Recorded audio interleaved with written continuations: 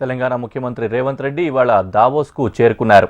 సింగపూర్లో 3 రోజుల పాటు దిగ్విజయంగా తన పర్యటనను పూర్తి చేసుకున్న రేవంత్ రెడ్డి ఇవాళ దావోస్కు చేరుకున్నారు. దావోస్లో నేటి నుంచి జరిగే వరల్డ్ ఎకనామిక్ ఫోరం సదస్సులో సీఎం రేవంత్ రెడ్డి పాల్గొంటారు. గత ఏడాది 40,000 కోట్ల రూపాయల పెట్టుబడులు సాధించిన సీఎం ఈసారి కూడా పెట్టుబడులే లక్ష్యంగా పర్యటన చేస్తున్నారు.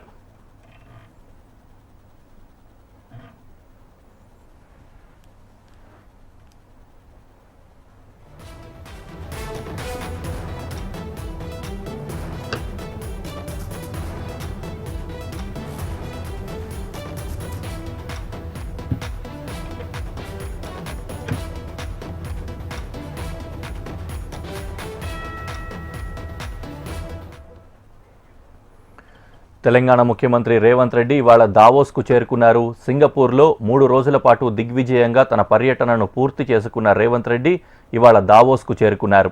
దావోస్లో నేటి నుంచి జరిగే వరల్డ్ ఎకనామిక్ ఫోరం సదస్సులో సీఎం రేవంత్ రెడ్డి పాల్గొంటారు.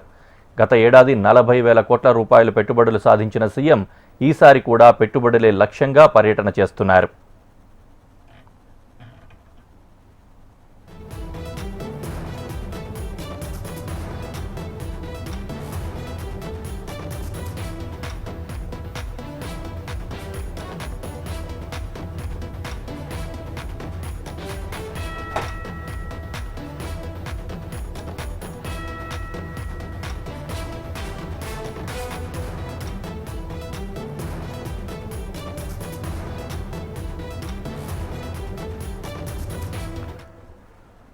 తెలంగాణ ముఖ్యమంత్రి రేవంత్ రెడ్డి ఇవాళ దావోస్కు చేరుకున్నారు. సింగపూర్లో 3 రోజుల పాటు దిగ్విజయంగా తన పర్యటన పూర్తి చేసుకున్న రేవంత్ రెడ్డి ఇవాళ దావోస్కు చేరుకున్నారు. దావోస్లో నేటి నుంచి జరిగే వరల్డ్ ఎకనామిక్ ఫోరం సదస్సులో సీఎం రేవంత్ రెడ్డి పాల్గొంటారు. గత ఏడాది 40,000 కోట్ల రూపాయలు పెట్టుబడులు సాధించిన సీఎం ఈసారి కూడా పెట్టుబడులే లక్ష్యంగా పర్యటన చేస్తున్నారు.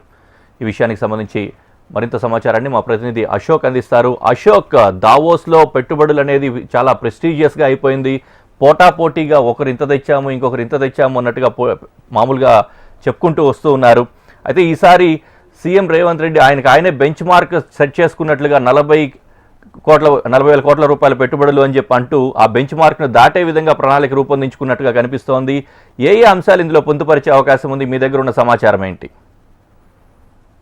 మనం చూస్తున్నాం ఏదైతే తెలంగాణ ముఖ్యమంత్రి రేవంత్ రెడ్డి 3 రోజుల పాటు సింగపూర్ పర్యటించి సింగపూర్ పర్యటన చాలా విజయవంతంగా పూర్తి చేశారు. మనం చూసాం టెక్నికల్ ఎడ్యుకేషన్ సంబంధించినటువంటి సింగపూర్ తో ఒప్పందం చేసుకున్నారు.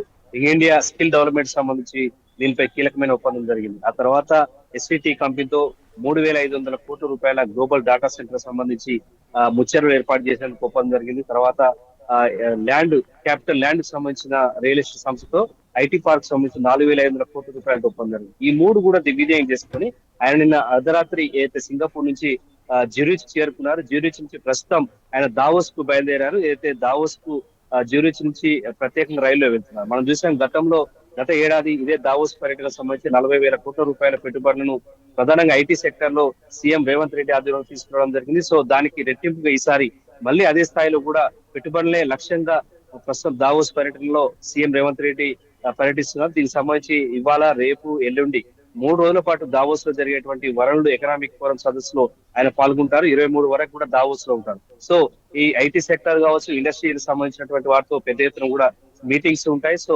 పెట్టుబడి లక్ష్యంగా జరుగుతున్నటువంటి ఈ పర్యటన సంబంధించి చాలా ఇంపార్టెన్స్ అని కూడా చెప్పుకోవచ్చు.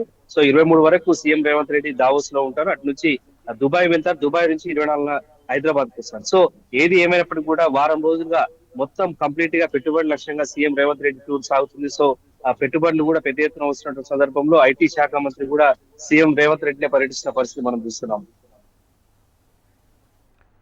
Thank you.